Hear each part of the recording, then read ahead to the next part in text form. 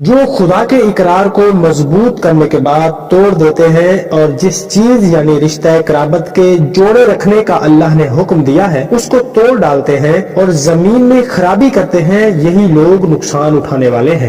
کافروں، تم خدا سے کیوں کر منکر ہو سکتے ہو؟ جس حال میں کہ تم بے جان تھے تو اس نے تم کو جان بخشی، پھر وہی تم کو مارتا ہے، پھر وہی تم کو زندہ کرے گا، پھر تم اسی کی طرف لوٹ کر جاؤ گے۔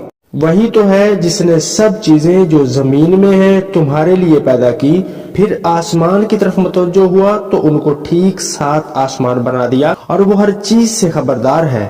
اور وہ وقت یاد کرنے کے قابل ہے جب تمہارے پروردگار نے فرشتوں سے فرمایا کہ میں زمین میں اپنا نائب بنانے والا ہوں، تو انہوں نے کہا کیا تو اس میں ایسے شخص کو نائب بنانا چاہتا ہے جو فساد پیدا کرے اور خون خرابہ کرتا پھرے، اور ہم تیری تعریف کے ساتھ تسبیح و تقدیس کرتے رہتے ہیں۔ خدا نے فرمایا میں وہ باتیں جانتا ہوں جو تم نہیں جانتے۔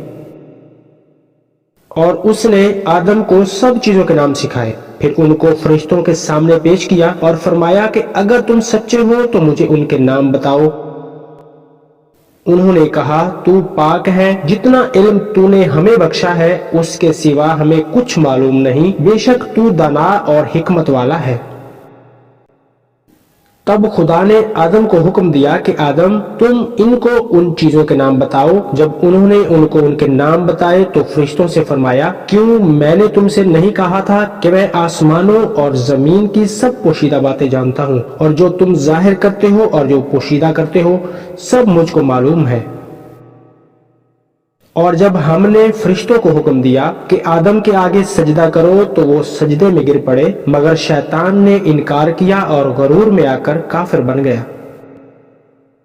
اور ہم نے کہا کہ اے آدم تم اور تمہاری بیوی بہشت میں رہو اور جہاں سے چاہو بے روک ٹوک کھاؤ پیو، لیکن اس درخت کے پاس نہ جانا، نہیں تو ظالموں میں داخل ہو جاؤ گے۔ پھر شیطان نے دونوں کو وہاں سے پھسلا دیا اور جس عیش و عشرت میں تھے اس سے ان کو نکلوا دیا۔ تب ہم نے حکم دیا کہ بہشت بری سے چلے جاؤ، تم ایک دوسرے کے دشمن ہو، اور تمہارے لیے زمین میں ایک وقت تک ٹھکانہ اور سامان مقرر کر دیا گیا ہے۔ پھر آدم نے اپنے پروردگار سے کچھ کلمات سیکھے اور معافی مانگی تو اس نے ان کا قصور معاف کر دیا، بے شک وہ معاف کرنے والا اور رحم کرنے والا ہے۔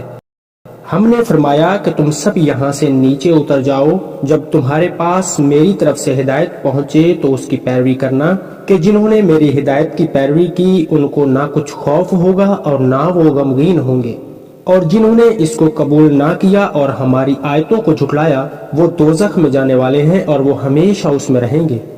اے یعقوب کی اولاد، میرے وہ احسان یاد کرو جو میں نے تم پر کیے تھے، اور اس اقرار کو پورا کرو جو تم نے مجھ سے کیا تھا۔ میں اس اقرار کو پورا کروں گا جو میں نے تم سے کیا تھا، اور مجھ ہی سے ڈرتے رہو۔